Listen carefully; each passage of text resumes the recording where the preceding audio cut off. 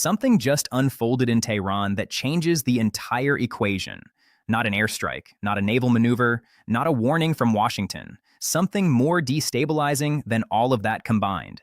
Something no foreign military or sanctions regime could have manufactured. The system is turning on itself. On April 22nd, Iran's three most powerful civilian officials, the president, the speaker of parliament, and the foreign minister, were detained, placed under house arrest, or quietly stripped of authority, not by a foreign adversary, by their own military establishment. The Islamic Revolutionary Guard Corps didn't just pressure the government, it effectively moved against it, and the proof surfaced the very next morning.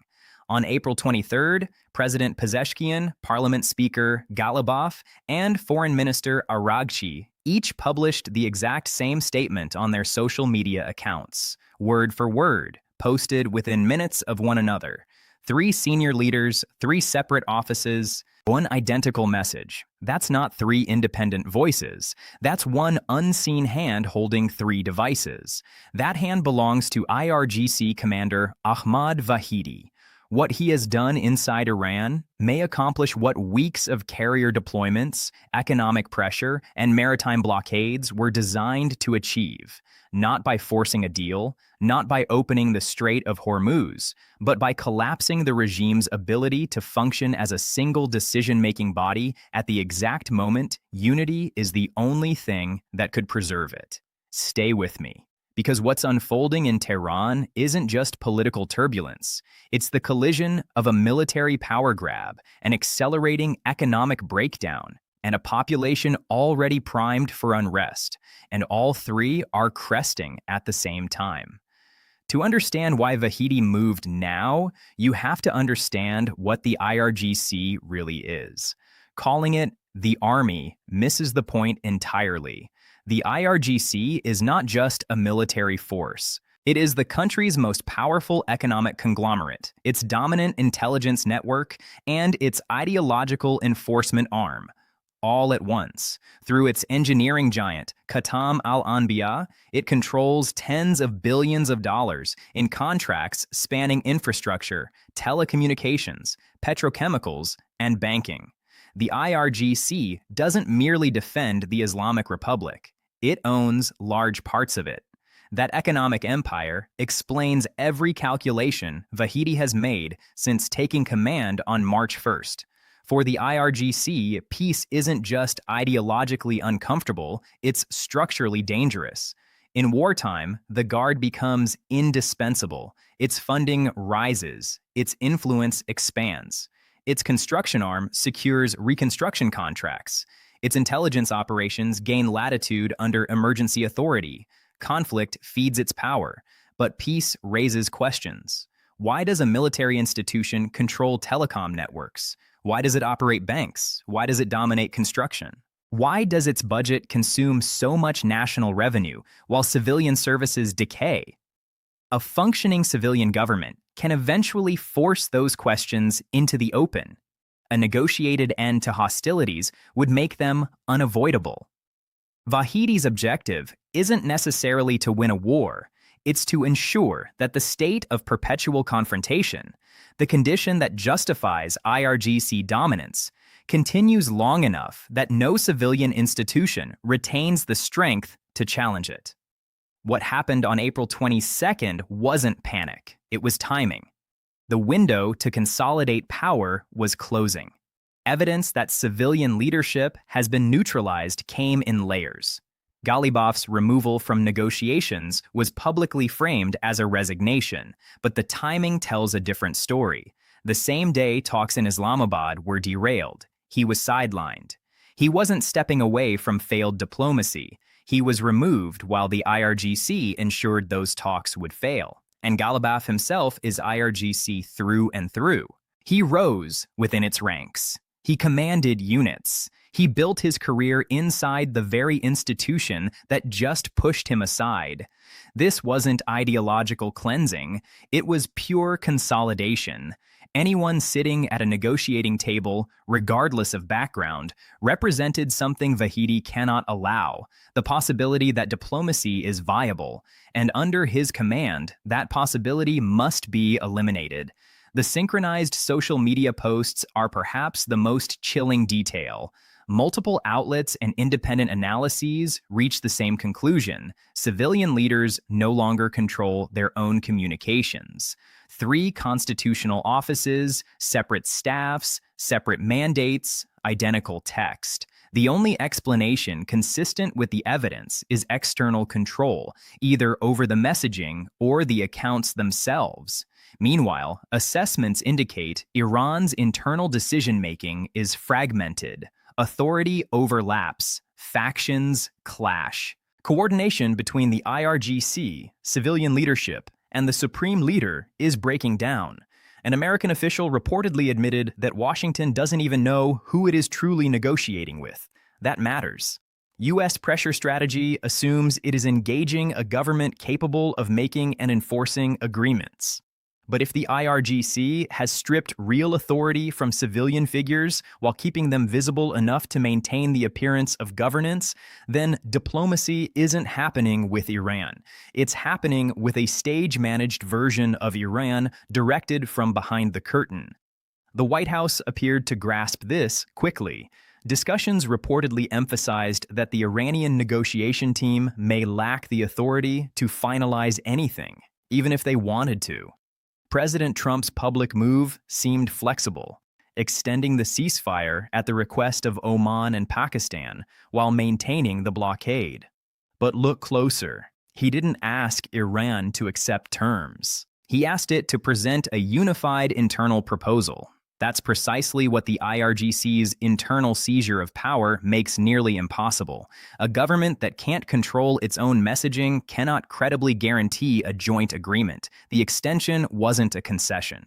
It was a test. And every day the blockade continues. The IRGC's central contradiction grows sharper. They require conflict to justify dominance. But conflict is destroying the economy that sustains that dominance.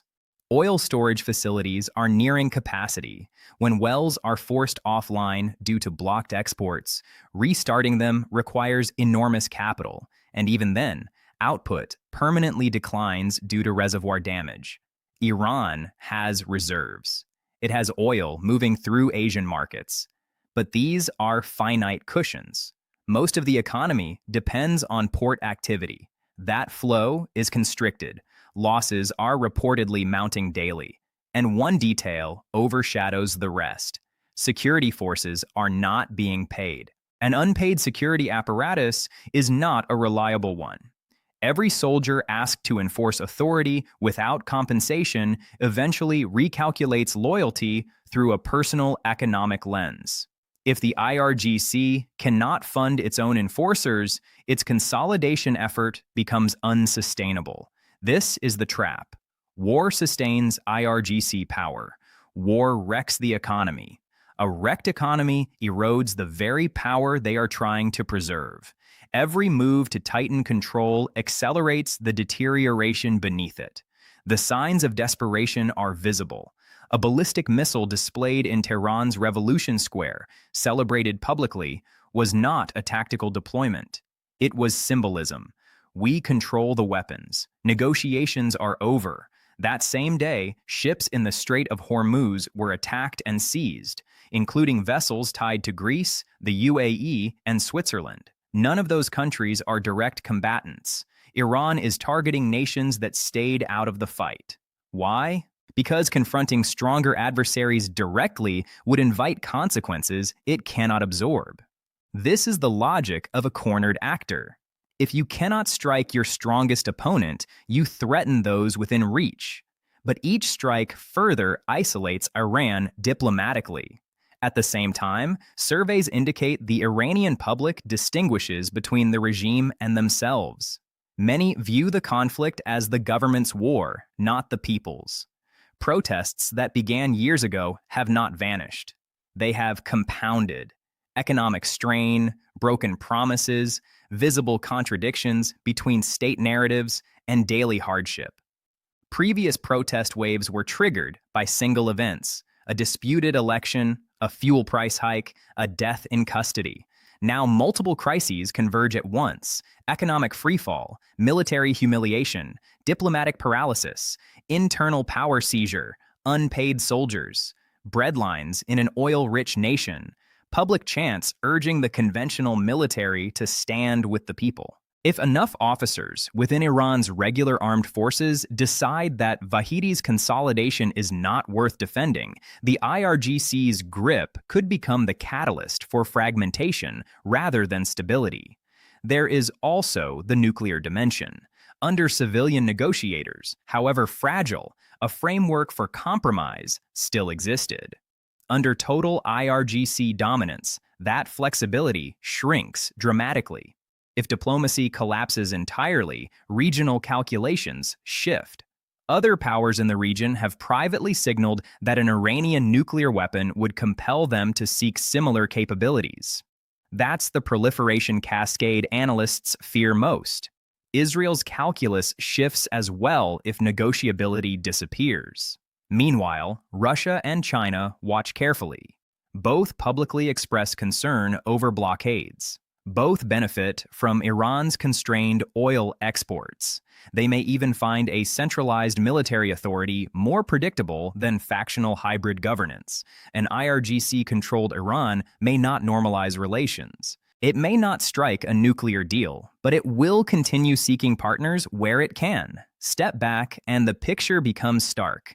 Iran increasingly resembles a powerful paramilitary network draped in the appearance of a constitutional state, a supreme leader reportedly incapacitated, a president with minimal real authority, a foreign minister potentially unable to control his own communications, a parliament speaker removed by the institution he once served, and Commander Vahidi at the center, undermining diplomacy, projecting defiance, tightening control over an economy deteriorating under the weight of his own strategy. 5 explosions reported in Tehran within a single minute were dismissed as drills. Missile displays, ceasefire deadlines, coordinated statements, power seizures, all within 24 hours. Is this preparation for external war or a message to the domestic audience? Perhaps both. The ceasefire extension stands. The blockade continues. Wells edge toward shutdown. Salaries remain unpaid. The IRGC celebrates in public squares while citizens wait in food lines nearby. Washington doesn't need to force collapse. The contradictions are doing the work. Every day without resolution weakens Iran's negotiating position. Every shutdown inflicts long-term economic damage. Every unpaid soldier represents a fracture in the enforcement structure. The IRGC chose control over sustainability. In doing so, it may secure neither. The machinery turning in Tehran affects everyone from Hormuz to Doha, from Tel Aviv to Beijing. And the regime steering that machinery can no longer agree on who holds the wheel. That's not a government nearing a deal. That's a system nearing a breaking point. The only question left is whether the end comes through negotiation or through something far less orderly. The clock is moving either way.